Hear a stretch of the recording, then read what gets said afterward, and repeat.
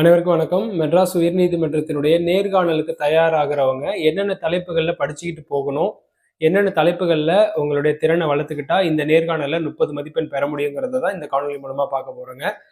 இந்த நேர்காணல் வகுப்புக்கான ஆன்லைன் வகுப்புகளும் நம்ம கொடுத்துக்கிட்டு இருக்கோம். ஏற்கனவே 10th லெவலுக்கு நம்ம கொடுத்ததுல நம்ம மாணவர்கள் 20 பேர் போஸ்டிங்கில் இருக்கிறாங்க. அவங்க போஸ்டிங்கில் இருக்கிறதோடைய ஒரு ஃபோட்டோ கூட வந்துட்டு போகும் பாருங்கள். ஸோ அந்த மாதிரியான ஆன்லைன் வகுப்பு வேணுங்கிறவங்க தொடர்பு கொள்ளுங்க. இப்போ இந்த நேர்காணலுக்கு நீங்க என்னென்னலாம் தெரிந்து கொண்டு போகணும், ஏன்னா இது வந்து 10th லெவல் மாதிரியான நேர்காணலாக இருக்க போறதில்ல, இது 8th லெவல் நேர்காணல். அப்படி இருக்கும்போது 8th லெவல் நேர்காணலுக்கு என்னென்ன மாதிரியான வினாக்கள் எந்தெந்த ஏரியாக்கள்ல இருந்து வருங்கிறத இந்த காணொலி மூலமா நீங்க தெரிஞ்சுக்கலாம். முதல்ல நீங்க இப்போ இந்த நேர்காணலுக்கு 14, 15ஆம் தேதியில ஒவ்வொரு நாளுமே 4 பேட்சஸ் இருக்கும். அந்த 4 பேட்சஸ்ல ஏதாவது ஒரு பேட்சஸ்ல போவீங்க. ஒவ்வொரு நாள் போகும்போதும் 900 பேர் வர போகிறாங்க. இப்போ 900 பேரை வந்து என்ன பண்ணுவாங்க அப்படின்னா, ஒரு 45 பிரித்தாங்க அப்படின்னா ஒரு 20 ஹால்ஸாவது வரும்னு வச்சுக்கோங்களேன். ஸோ இந்த ரேஷியோவில் என்ன பண்ணுவாங்க, 20 ஹால்ஸில் 20 பேர், 20லேருந்து ஜட்ஜஸ் வந்து அதுக்கேற்ற மாதிரி இருக்கலாம். ஸோ அந்த பேனலில் தான் நீங்கள் போய் உட்காருவீங்க. அப்போ ஒரு பேட்சாக நீங்கள் ஒரு பேட்சில் ஒரு 45 பேரில் ஒருத்தராக உள்ளே போவீங்க.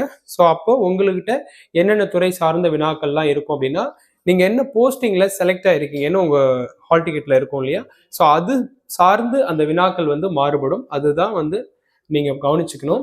ஸோ இப்போ நீங்கள் போயிருக்கிறது பார்த்தீங்க அப்படின்னா, இங்கே குறிப்பிட்டிருக்கக்கூடிய இந்த நோட்டிஃபிகேஷன் நம்பர் 116 171 வரைக்கும் பார்த்தீங்கன்னா ஒரு 12 வகையான காலி பணியிடத்திற்கு நீங்கள் ஒவ்வொருத்தரும் ஒவ்வொரு காலி பணியிடத்திற்கு செலக்ட் ஆயிருப்பீங்க. ஒரு சில பேர் 2-3 காலி பணியிடத்திற்கு செலக்ட் ஆயிருப்பீங்க. நீங்கள் என்ன காலி பணியிடத்திற்கு செலக்ட் ஆயிருந்தாலும் உங்ககிட்ட கேட்க போற கொஷின்ஸோட ஏரியாஸ் அப்படின்றதெல்லாம் இந்த ஏரியாஸ்ல இருந்தா கொஷின்ஸ் கேட்க போறாங்க. அதனால அதை பார்த்துக்குவோம். ஸோ முதல்ல பாருங்க, நீங்க 12 வகை காலி பணியிடம் அப்படின்னா ஆஃபீஸ் அசிஸ்டன்ட்டுக்கு செலக்ட் ஆயிருப்பீங்க சில பேர் காப்பியஸ்ட் அட்டெண்டர், சில பேர் கிளீனர்ஸ் ஒர்க்கர், சில பேர் ஸ்கேவெஞ்சர்ஸ், சில பேர் கார்டனர், சில பேர் வாட்ச்மேன், சில பேர் நைட் வாட்ச்மேன்ஸ். அதுக்கப்புறம் பார்த்தீங்கன்னா சில பேர் நைட் வாட்ச்மேன் வித் கம் மசால்ஜி, அதுக்கப்புறம் வாட்ச்மேன் கம் மசால்ஜி, அதுக்கப்புறம் ஸ்வீப்பர் கம் மசால்ஜி, அதுக்கப்புறம் வாட்டர்மேன், வாட்டர் விமன் கம் மசால்ஜி. இந்த மாதிரியான போஸ்டிங்க்கு நீங்கள் போக வாய்ப்பு இருக்குது.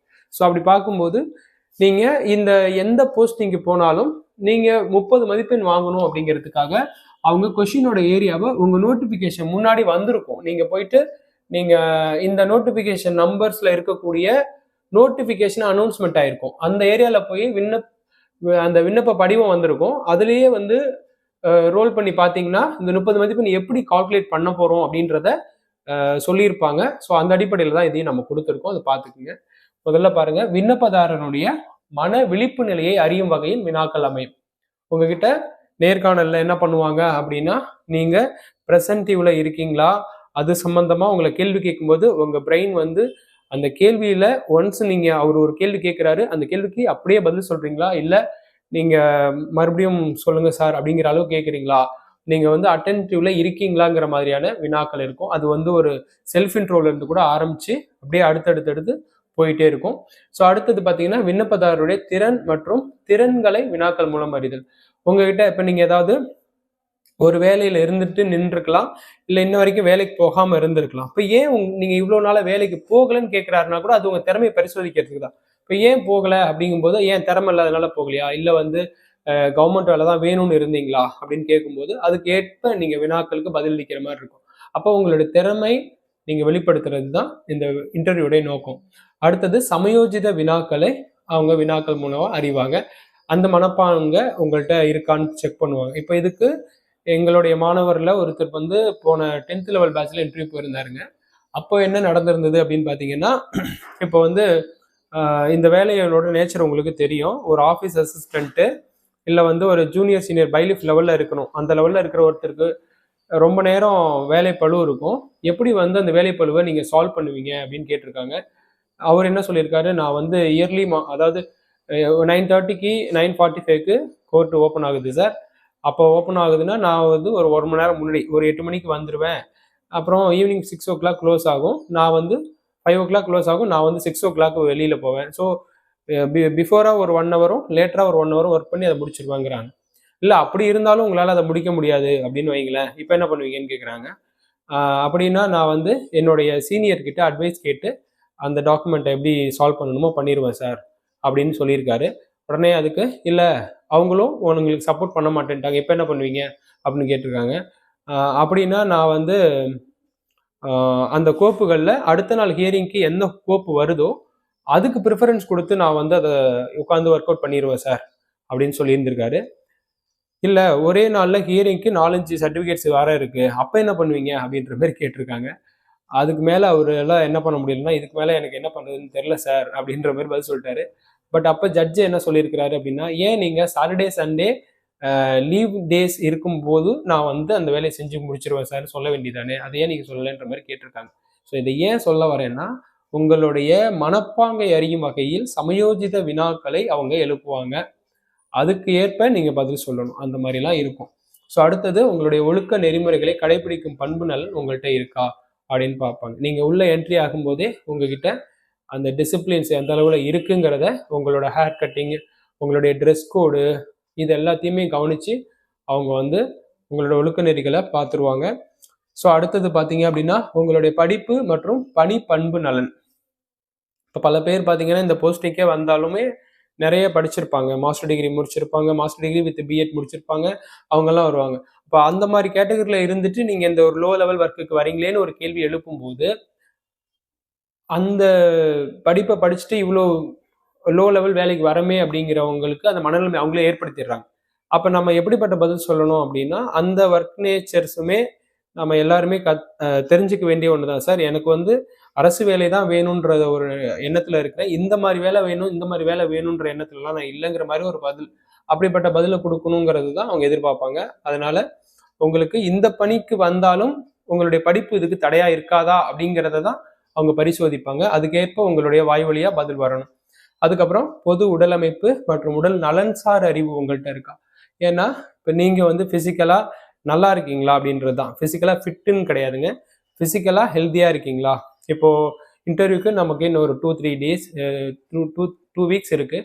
ஸோ இந்த 2 வீக்ஸ்க்குள்ளே இப்போ சில பேருக்கு இது வந்து கொஞ்சம் கோல்டு சீசன், சளி இருமல் அந்த மாதிரி இருக்கலாம், இல்லைன்னா வேற ஏதாவது ஹெல்த் இஷ்யூஸ் இருக்கலாம். ஸோ இதெல்லாம் இருந்துச்சுன்னா கொஞ்சம் க்யூர் பண்ணிக்கிறது நல்லது. ஏன்னா நீங்கள் இன்டர்வியூ பேனலில் போகும்போது நீங்கள் சிக்காக இருந்தீங்கன்னா கண்டிப்பாக மார்க்ஸை குறைக்க தான் செய்வாங்க. ஏன்னா நீங்கள் அவங்களுடைய இந்த பணியாளர்களில் யாரோ ஒருத்தராக இருக்கலாம், கார்டனராகவோ ஸ்கேவஞ்சராகவோ இல்லை ஆஃபீஸ் அசிஸ்டண்ட்டாவோ, இந்த வாட்ச்மேன் மசால்ஜி, அப்போ வீட்லேயுமோ அல்லது ஜட்ஜி பக்கத்துலேயோ நின்று வேலை பார்க்குற மாதிரி இருக்கும். அப்போ அவங்களுக்கு இவங்களுடைய ஹெல்த்து வந்து அடிக்கடி சிக்காக வேண்டிய ஒரு ஹெல்த்து. ஸோ அதனால் இவங்களை நம்ம பணிக்கு எடுத்தோம்னா நமக்கு தான் ஆபத்துன்ற அளவுக்கு அவங்களை யோசிக்க வச்சிடக்கூடாது. ஸோ அதனால் இந்த உடல் அமைப்பில் உங்களுடைய உடல் அமைப்புனா ஹெல்த்தியாக இருக்கிறாரான்றது தாங்க இங்கே கான்செப்ட், அதை புரிஞ்சுக்கணும். அடுத்தது உடல் நலன்சார் அறிவு. இப்போ ஜட்ஜஸோட வீடுகளில் நீங்கள் வேலை பார்க்குறீங்க, இல்லை ஆஃபீஸ்லேயே வேலை பார்க்குறீங்க, ஜட்ஜு சார் வந்து உங்களுக்கு அவர் ஏதாவது ஹாட் ட்ரிங்க், அதாவது இந்த டீ ஏதாவது வச்சு தர சொல்கிறாரு அப்படிங்கும்போது அவர் ஆல்ரெடி ஒரு கோல்டில் இருக்கிறார் ஜட்ஜு சார், இல்லைன்னா ஆல்ரெடி ஒரு காஃபில் இருக்கிறார். ஸோ அப்போ வந்து நாம் அந்த டீ போய் நார்மலாக வாங்கிட்டு வரதுக்கு பதிலாக என்ன பண்ணலாம், அந்த இஞ்சி சுக்கு அந்த மாதிரி அந்த ப்ரிப்பரேஷனோட நீங்களாவே வரணும், அதெல்லாம் அவராக சொல்லணுன்ற அவசியம் இல்லை. அப்போ உடல்நலன் சார்ந்த அறிவு, நான் என்ன நிலைமையில இருக்கிறேன், எனக்கு இப்போ என்ன கொடுக்கணுன்ற அந்த ஒரு நாலேஜ் உங்கள்கிட்ட இருக்காங்கிறத பரிசோதிக்கிற மாதிரியான வினாக்கள் இருக்கும். ஸோ அடுத்தது பார்த்தீங்கன்னா பொது அறிவை புரிந்து கொள்ளும் திறன் பெற்றவரா. இதே மாதிரி எங்களுடைய மாணவர்கள் போன 10th லெவல் பேட்ச்ல போயிருந்தாங்க. அதுலலாம் பார்த்தீங்கன்னா இன்னைக்கெல்லாம் வந்து இந்த இந்திய ரூபாய்க்கு நிகரான அமெரிக்க டாலருடைய மதிப்பு அப்படிங்கிறது 90 ரூபாய் 91 ரூபாய் 86 பைசா இன்னைய ரேட்டுக்குங்க. அவங்க இன்டர்வியூ போன அன்னைக்கு அது ஒரு 88 ரூபா 89 ரூபா லெவலில் இருந்துச்சு. ஸோ அப்போ கேட்டிருக்கிறாங்க என்ன ரேட் இன்னைய ரேட்டுக்கு அப்படின்ற மாதிரிலாம் கேட்டிருக்கிறாங்க. அப்போ நீங்கள் வந்து செய்தித்தாள்களில் அன்னன்னைக்கு என்னென்ன மாதிரியான செய்திகள்லாம் வந்திருக்குது, அதில் ரொம்ப முக்கியமானதெல்லாம் எது அப்படின்னு கூட பார்த்துட்டு போகலாம். ஏன்னா கோர்ட்ல இருந்து கூட சில இஷ்யூஸ் வந்து அந்த நேரத்தில் புதுசாக ஏதாவது போட்டிருப்பாங்க, அப்போ அது தெரிஞ்சுட்டு போகலாம். ஸோ அந்த மாதிரி நீங்கள் செய்தித்தாள்கள்லேருந்தும் சில விஷயம் தெரிஞ்சுட்டு போகிறது நல்லது. அதுதான் பொது அறிவு சார்ந்த திறன் உங்கள்கிட்ட இருக்காங்கிறத பரிசோதிக்கிறாங்க. அதுக்கப்புறம் நீதித்துறை சார்ந்த ஒரு புரிதல் உங்கள்கிட்ட இருக்குதா அப்படின்னு பார்ப்பாங்க. என்ன ரீசன் அப்படின்னா, இப்போ சில கோப்புகளை எடுத்துகிட்டு வர சொல்கிறாங்க, இல்லை வந்து சில ஆஃபீஸர்ஸ் அங்கே கோர்ட்டில் வேலை பார்க்கக்கூடிய ஆஃபீஸர்ஸில் யாராவது இப்போ சிரசுதாரை போய் பார்த்துட்டு வாங்க, இல்லை வந்து நாசிர் சார் போய் பார்த்துட்டு வாங்க அப்படின்ற மாதிரி சொல்கிறாங்கன்னா அவங்க எங்கே இருப்பாங்க, அவங்களுடைய டியூட்டியோடைய அந்த லெவல் என்ன, இதெல்லாம் நம்ம தெரியாமல் அவங்கள்ட்ட போய் அவங்க எங்கே சார் இருப்பாங்க, எங்கே இந்த மாதிரி அந்த பொசிஷன் தெரியாமல் இருக்கக்கூடாது. ஸோ அதனால அந்த நீதித்துறை சார்ந்த ஆவணங்கள் சார்ந்த அறிவுலாம் ஓரளவுக்கு ரொம்ப ஒரு வழக்கறிஞர் அளவுக்கு அந்த அறிவு இருக்கணுன்ற அவசியம் இல்லைங்க. சும்மா மிடிலா நம்மளுக்கு ஒரு சில விஷயம் தெரிஞ்சிருக்கணும். ஒரு உதாரணத்துக்கு இதை நம்ம வேற ஏதாவது என்ன சொல்லலாம் எப்படின்னா, இப்போ நம்ம ஒரு எலக்ட்ரீஷியனாக இருக்கிறோம், நம்மகிட்ட ஒரு எலக்ட்ரீஷியனுடைய ஹெல்ப்பர் வராரு. ஹெல்ப்பராக வந்து ஜாயின் பண்ணுறவர்கிட்ட நம்ம போயிட்டு இந்த ஒயர்ஸ் எல்லாம் கனெக்ட் பண்ணிட்டப்பா, நீ போயிட்டு டேப் எடுத்துட்டு வா ஒட்டணும் அப்படின்னு நம்ம சொல்கிறோம். போகிறவர் போய் எடுத்துட்டு வரும்போது நம்ம அந்த அளக்கிற டேப் இருக்குல்ல, அது கொண்டு வந்துடுறாரு, டேப் கொண்டு வந்துடுறாரு. நான் கேட்டது டேப், நீ கொண்டு வந்தது அளக்கிற டேப் அப்படின்ற மாதிரி சொல்லக்கூடாது. அந்த மாதிரி அந்த நீதித்துறையில் ஓரளவுக்கு சின்ன சின்ன விஷயங்கள்லாம் உங்களுக்கு தெரிஞ்சிருக்குதா அப்படின்றத அவங்க செக் பண்ணுற மாதிரியான வினாக்கள் எழுப்புவாங்க. அதுக்கப்புறம் ஒரு அலுவலகம் அல்லது ஆவணம் அல்லது வீட்டு பராமரிப்பு முறை சார்ந்த வினாக்கள் அல்லது வீட்டு உபயோகப் பொருட்கள் சார்ந்த வினாக்கள் அல்லது வீட்டினுடைய மருத்துவ குறிப்பு சார்ந்த சிறிய அளவிலான அறிவு இருக்கக்கூடிய வகையில் இருக்கிறாராங்கிறத பரிசோதிக்கும் வகையில் வினாக்கள் இருக்கும்.